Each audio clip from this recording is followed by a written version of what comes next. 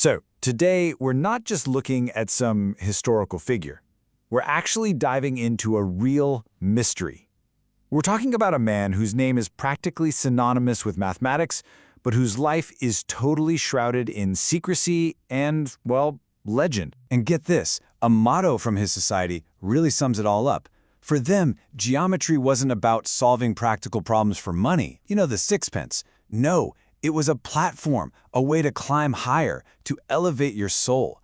This one little phrase tells you we're dealing with something way, way deeper than a math class. Right? I mean, pretty much everyone on the planet has heard of a squared plus b squared equals c squared. It's famous. But the man who came up with it? A total enigma. So in this explainer, we're going to try to peel back the layers on the man, the philosopher, and the cult leader known as Pythagoras. Okay, so to really get our heads around Pythagoras, we've got to start with a big disclaimer. There's very little we can actually know for sure. His story isn't written in stone. It's more like a mosaic, pieced together from people writing centuries after he was even alive. And this is the absolute key. It's all secondhand information. Pythagoras himself, he didn't write a single thing down. And his followers, who were part of this society that was like half science club and half religious cult, were sworn to absolute secrecy. This makes him one of the most important and honestly one of the most mysterious figures in all of history. So where did this whole philosophy even come from? Well, it didn't just pop out of nowhere. It was actually forged during this incredible journey, all across the ancient world, a quest for wisdom that lasted for decades and shaped everything he would later create. And what's just so wild about this journey is the sheer range of stuff he learned. He starts in Greece, studying with the great philosopher Thales. Then he spends years in Egypt, gets initiated into their priesthood, and picks up all their customs, secrecy, purity, and even their, strange rule about not eating beans. Then he gets taken prisoner and ends up in Babylon, where he masters their super advanced math and music theory. This wasn't just a vacation, it was like he was downloading the entire ancient world's knowledge base. So after all that, all this knowledge he soaked up, it all comes together in one place, Croton, which was a Greek colony in southern Italy. And here, he doesn't just start teaching, he builds a whole community, a society that would end up changing the course of Western thought forever. And this is where his school gets so revolutionary. It wasn't just about crunching numbers. It was a complete lifestyle, mixing intense, rigorous study with all these mystical beliefs.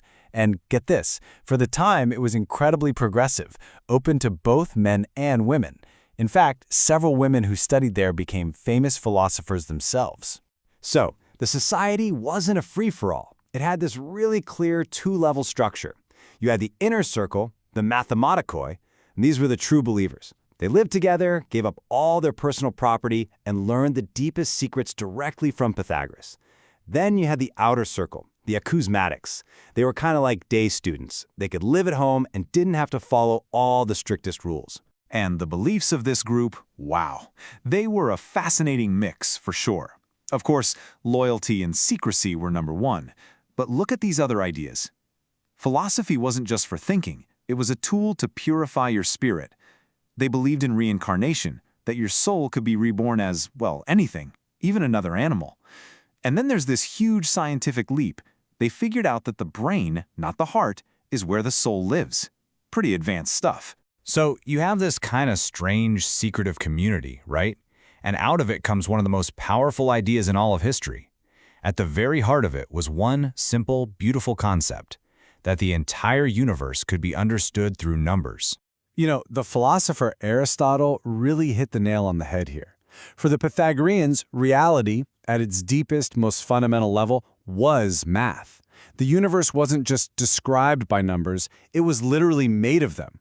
The whole cosmos was just one giant, harmonious, numerical symphony. Now, this wasn't just some wild guess he pulled out of thin air. It came from actual observation. He was the one who discovered that beautiful, harmonious musical notes actually correspond to simple whole number ratios. That was a mind-blowing revelation. If something as ethereal and beautiful as music was secretly governed by numbers, then why not everything else? See, for them, numbers weren't just for counting. They had personalities. They had meaning. Take the number 10, for example. To them, it was perfect. Why? Because it's the sum of the first four integers, 1 plus 2 plus 3 plus 4. And if you drew those numbers out with dots, they formed a perfect triangle called the Tachactus, which was like their most sacred symbol of cosmic harmony. And all of this brings us right back to that theorem everyone knows. But we have to try and see it the way they did. For us, it's just algebra, right? Symbols on a page. For them, it was pure physical geometry. It meant you could literally take the squares on the two shorter sides of a right-angled triangle, chop them up, and rearrange the pieces to perfectly build the square on the longest side. It was a physical proof of a hidden divine harmony in the universe. But, this amazing community of philosopher-mathematicians, it wasn't built to last. Its secrecy, its influence, it all eventually led to a really violent, tragic end, which, honestly, just adds another layer to the whole mystery of its founder. So how did it all fall apart? Well, the trouble really started when this local nobleman, a guy named Cylon, got rejected from the society. He was furious, and he whipped up all this local resentment against them. Pythagoras had to flee, and he died in exile. Then, a few decades later, this huge wave of anti-Pythagorean anger just swept through Italy. Their meeting houses were torched, and many of the members were hunted down and killed. But here's the final amazing twist in the story. You can burn down a building, but you can't kill an idea. Even though the society itself was crushed, its surviving members scattered all across the ancient world, and they took their radical ideas with them. The Pythagorean worldview that reality is mathematical, man, that idea went on to influence Plato, Aristotle, and basically the entire foundation of Western science and philosophy. So we end up right back where we started, with a big question. We look to math for cold, hard facts, right? For logical certainty. Yet for Pythagoras, the guy who basically kicked it all off, the lines were completely blurred. Was he a scientist figuring out the laws of nature, a philosopher searching for spiritual truth, or a prophet leading his followers to enlightenment? The incredible thing is, the answer is probably all three. And that is the enduring, fascinating mystery of Pythagoras.